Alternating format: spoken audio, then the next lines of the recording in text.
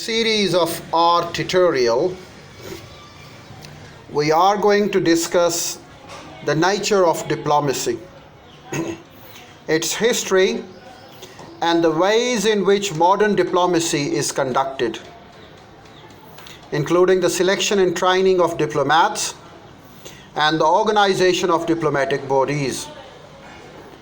For a discussion of the legal rules governing diplomatic negotiation and the preparation of treaties and other agreements have also been put to our series, and they can fall under international law.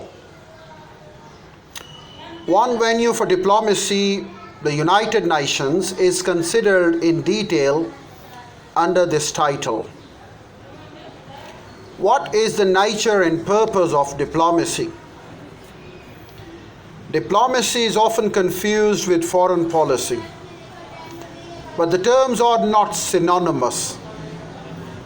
Diplomacy is the chief but not the only instrument of foreign policy which is set by political leaders. Though diplomats, in addition to military and intelligence officers, may advise them, and the foreign policy establishes goals, prescribes strategies, and sets the broad tactics to be used in their accomplishment.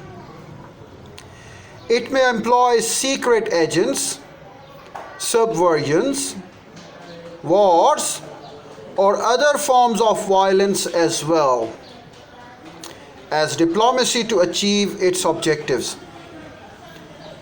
Diplomacy is the principal substitute for the use of force or underhanded means in statecraft.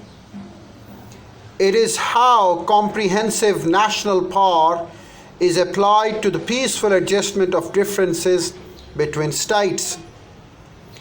It may be coercive, that is, backed by the threat to apply punitive measures or to use force, but is overtly non-violent.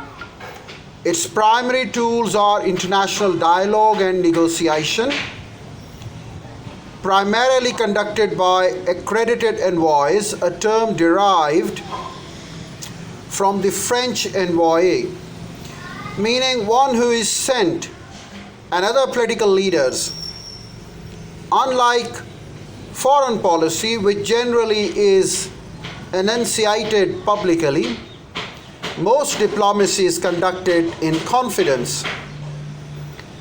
Though contemporary international relations, though both the fact that it is in progress and its results are almost always made public in contemporary international relations.